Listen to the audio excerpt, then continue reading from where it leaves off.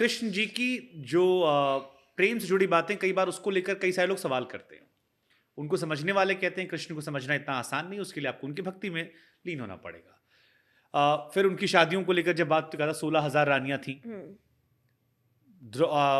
आपकी राधा रानी का जिक्र होता है, मीरा तो चलिए बाद में, रुक्मणी जी थी। तो ये मिसकंसेप्शंस क्यों पैदा होते हैं कि जो लीलाओं को लेकर उनकी है? देखिए, पहला तो आप थोड़ा सा अपनी दृष्टि चेंज करें। सांसारिक दृष्टि से भगवान को मत देखिए कि मैं एक होता है उनका ऐसा। आप और वो एक नहीं है, वो भगवान है, वो परम पिता है। आज अधिकतर लड़कियां उनको प्रेमी की नज़र से देखती है, उनको प्राण पति कहते हैं कि सबके पति हैं वो, और वो भगवान है। नारद जी का एक प्रसंग आता है, जब नारद जी ने उनसे कहा कि 16,108 रानियां हैं आपकी, कैसे संभव कैसे है? भगवान के परीक्षा ले लो। तो नारद जी एक ही समय में हर कमरे में गए, हर कमरे में कृष्ण है। आप कर सकते हैं ये? नहीं। तो बराबरी मत करिए।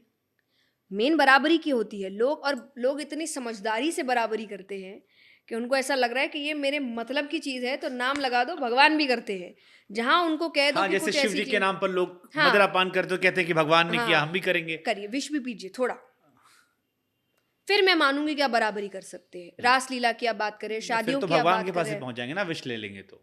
एग्जैक्टली ना। तो आप पचा नहीं पाए, और अब विष छोड़िए, आप तो जो पी रहे वो भी नहीं पचा रहे। कल कहाँ मिल रहे हैं आपको नहीं पता। हम्म। उन्होंने विष ग्रहण करके वो जैसे के तैसे रहे। तो आप बराबरी कैसे कर रहे हैं भगवान के साथ? आपको तो ये समझना है कि मुझे ये चीज़ समझ नहीं आई तो मुझे देखना है, और वो तभी होगा जब आप भगवत दृष्टि से देखेंगे। आप रासलीला की बात करते हैं, मैं बहुत स्पष्ट शब्दों में कहती हूँ, आप जब कथा में आएंगे, आप लाखों की संख्या में लोगों को नृत्य करते देख रहे हैं। इमेजिन आप भी वहाँ आए, आपको अच्छा लगा, आपने नृत्य किया। नृत्य करते करते अचानक से शायद भगवान खुश हो जाए और वहाँ आ जाए, क्या आप नाचना छोड़ देंगे? नहीं। हाँ, मतलब नहीं। आप खुश होंगे कि दुखी होंगे? खुश होंगे। तो आपका नाचना भक्ति कैसे हो जाती है, और गोपियों का नाचना काम कैसे हो जाता है? हम्म। वो भी तो नृत्य कर रही है भगवान के साथ, और वो देखकर आपके मन में आ जाता है, अरे लड़का लड़की ये है वो है। और जहाँ आपकी भक्ति की बात आए, भगवान है, भगवान आ जाए, भगवान आते क्यों नहीं? तो अपनी भक्ति भक्ति, उनकी भक्ति काम कैसे? और उनकी तो जितनी भक्ति उतने तो उसकी तो आप पैर की धूल नहीं, जितनी भक्ति गोपियों ने करी। बस अंतर है, आप सांसारिक दृष्टि से देख रहे हैं। सबके पीछे कारण है। मैं नहीं कहूंगी, मैं आपको पूरा, आप श्रीमद् भागवत जाके पढ़िए, अगेन आई विल से, थोड़ी रिसर्च आप खुद करिए।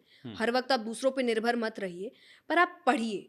मुझे प्रश्न करने में कोई दिक्कत नहीं है, व्यक्ति जिज्ञासा होनी चाहिए। सनातन धर्म टीचर्स यू जिज्ञासा। आपके मोस्टली सारे शास्त्र प्रश्नों से शुरू हो रहे हैं। श्रीमद् भागवतम प्रश्न से शुरू हुआ है, गीता जी प्रश्न से शुरू हुआ है।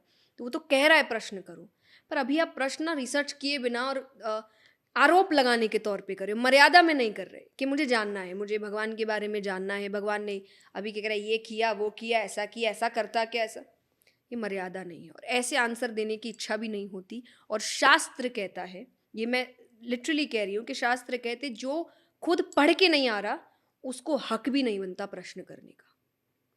ठीक है। कि आप पहले पढ़िए, अब आप कहिए मैंने पढ़ा पर मुझे चीज़ें समझ नहीं आई, तो मुझे थोड़ा जानना है। ऐसा व्यक्ति सत्य तक पहुंचता है। लेकिन जो आरोप लगाने बैठा है, तो ये वही बात है कि आप भगवान के साथ ये नहीं कर सकते कि पहले इस्तेमाल करें फिर विश्वास करें।